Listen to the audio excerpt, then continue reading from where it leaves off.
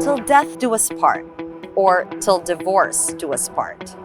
Divorce is never easy. However, in many countries in Asia, difficult is an understatement. Divorce carries considerable stigma and social pressure and is viewed as a sign of failure in many societies. It's even illegal in at least one country. Why is it so hard for Asian women to break away from bad marriages? Asia's future is now. It's making massive strides in its economies, human development, technology. But for the region to truly reach its full potential, it needs to empower women who face draconian laws and outdated customs. I'm Natashya Gutierrez. In this series, I meet the women who are directly impacted by these barriers. Why are we still so unequal?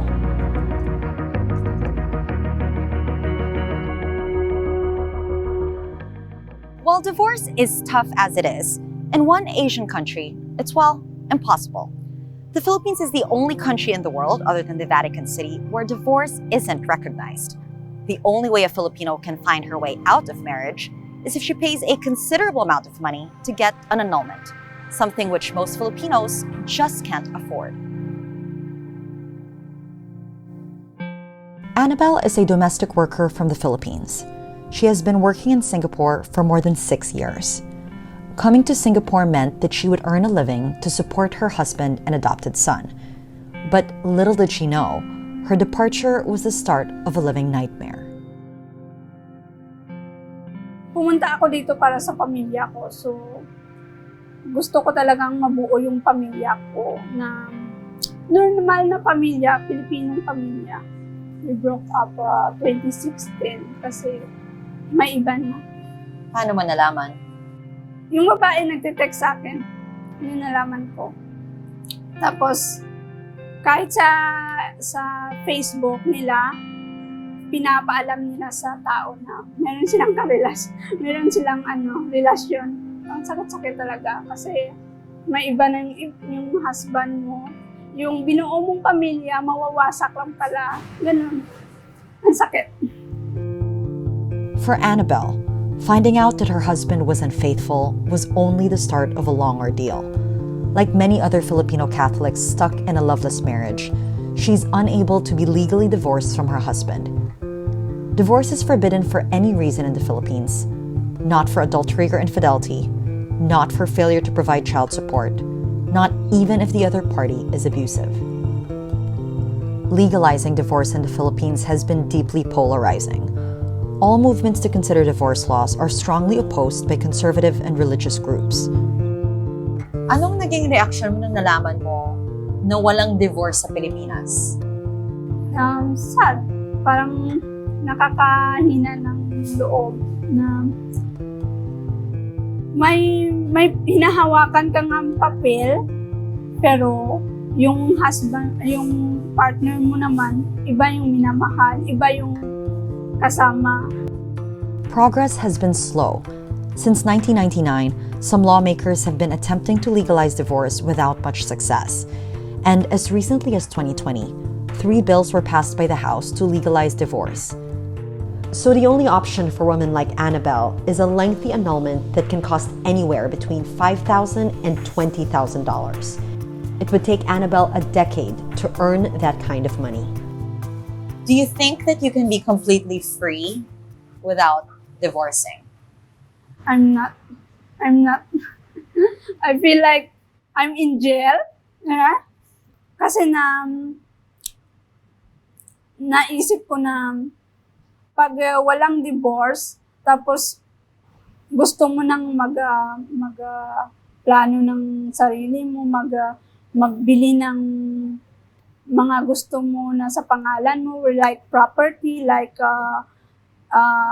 house and lot, but still in conjugal property. So, kailangan pa yung kahit break kayo ng husband mo, kahit sabi niya break lang siya at break ka.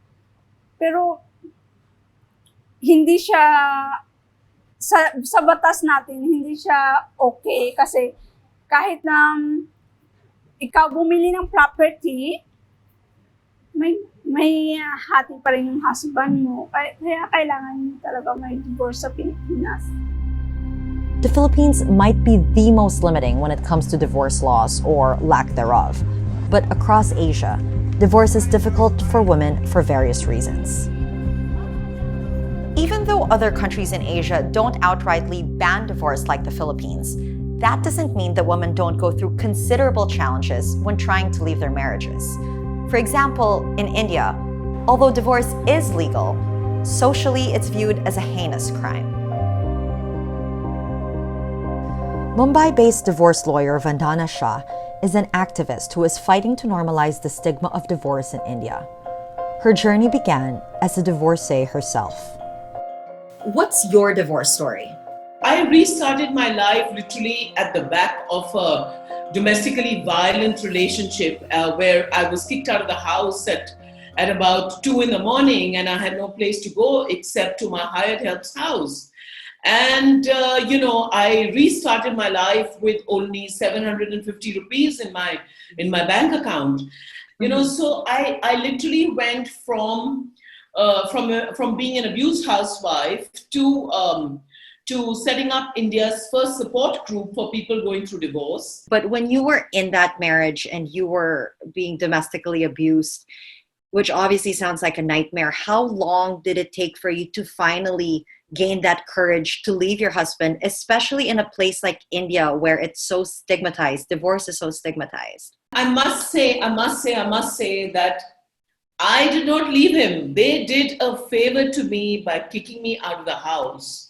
And I think that is what triggered it off. If it had been up to me, I would have probably stuck on there for a couple of years more, had a couple of children, and then, propagated the whole cycle of divorce and much, much later, and the abuse would have continued.